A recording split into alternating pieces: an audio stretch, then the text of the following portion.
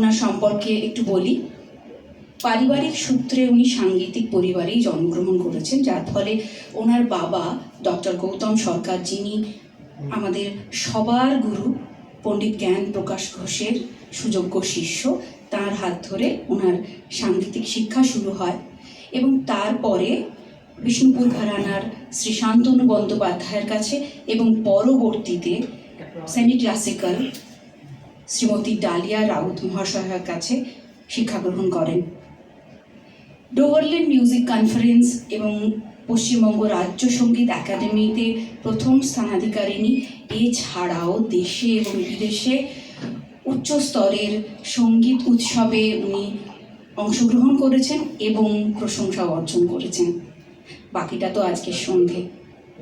ওনার সঙ্গে তবলায় শ্রী চিরঞ্জিত মুখার্জি, যার সম্পর্কে বলতে গেলে একটা কথা বললেই যথেষ্ট। প্রখ্যাত, উনিও আমাদের প্রণম্য, আমাদের গুরু, প্রখ্যাত তবলিয়া প্রথিত যশা পণ্ডিত কুমার বোস মহাশয়ের সুযোগ্য শিষ্য, যিনি আমাদের দেশকে, উত্তর ভারতীয় মার্গসঙ্গীতকে এবং তবলাকে এবং আমাদের সবার এবং ওনার গুরু সবার মুখ উজ্জ্বল করছেন শ্রী চিরঞ্জিত মুখার্জি।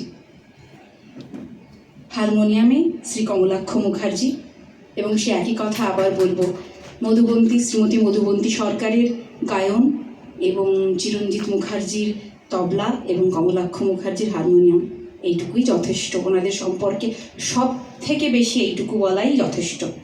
আর বাকিটা তো এক্ষুনি আমরা সবাই জানতেই পারবো, শুনতেই পারবো। এবং শুরু করবার আগে একটু ওদেরকে আদর করে ভালোবেসে বরণ করে নেওয়া, তার জন্য সুমন সর্দারকে আমি একটু কাছে আসতে বলবো।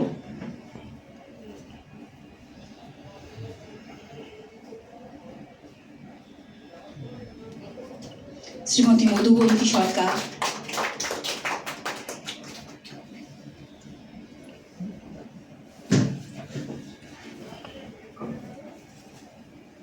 শ্রী চিরঞ্জিত মুখার্জি,